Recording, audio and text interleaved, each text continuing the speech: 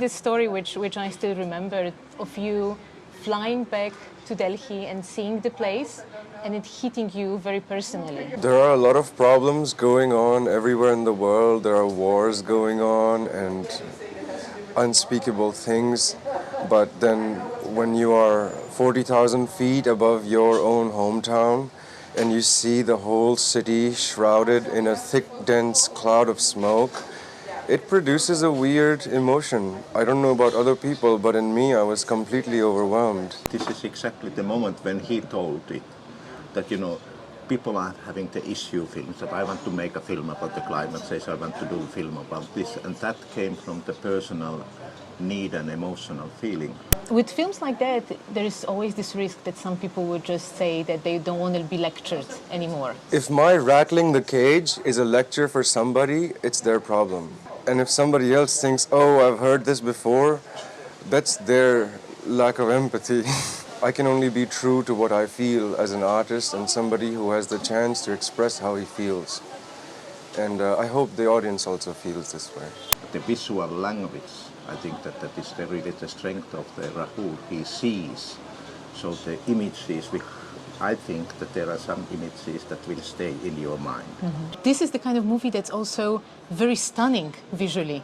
And it's almost ironic that it makes such a visual statement, even though it talks about the world that's slowly collapsing, perhaps. Let's hope not. It's very difficult to find beauty when you're walking in a pile knee-deep in shit. Beauty is like a trap.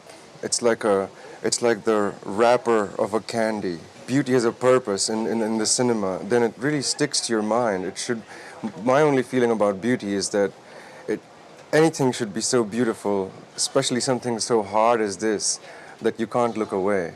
There were several people who came yesterday and said, it was so beautiful film, and then they were a little bit like feeling guilty. If you don't see the light, you don't see the dark side. Your brain immediately wants to reject it and shut down. Like, that's when it becomes a lecture, when it's painful and not beautiful.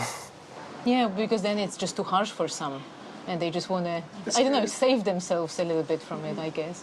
But it's interesting to hear that you did so many interviews and then you decided not to use them, because the people you talk to in the film, there are the people that are usually not listened to, I would think. Every time I read or hear anything about climate change, global warming, local pollution, it's always through the point of view of the people who are educated, of the elitists, let's say, but nobody from the street.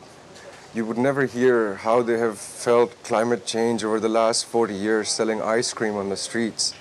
But I find some kind of poetry in that, to talk to someone who's forced to be on the streets. What they do constitutes of them suffering the heat, even if they sell joy in their ice cream. The whole film, I thought it should be like this, where we have the point of view of everyday people. Like, Rahul starts the film telling that he's the AC child. And he explained the expression to me. I didn't know it before. And then he ends it saying it's 50 degrees outside. Mm-hmm. I turned AC on. Mm-hmm. And then that's almost everything about his position. But it tells so much when the ice cream seller says, if I go to the AC and I come out, I will come sick. It's not like pointing fingers. When you point a finger at one person, you're pointing 3 back at yourself. Was it scary for you a little bit to talk about yourself and to show yourself like that? Extremely, extremely. But when you have such a forceful human being kicking your ass, I mean, how would the film would be without him? Mm-hmm. I mean, if you are thinking of the film, because he is actually a little bit like us. Mm-hmm. In that sense, he is a privileged people like we are also. Mm-hmm. Come on. We're in Cannes and we're talking about climate change. How privileged can it be? Exactly. Exactly. Just think on that. He has been shooting 100 days of research, 100 days of the film. And then we start to process that. Then comes the COVID. Mm-hmm. That we don't meet. You are talking in the Zoom.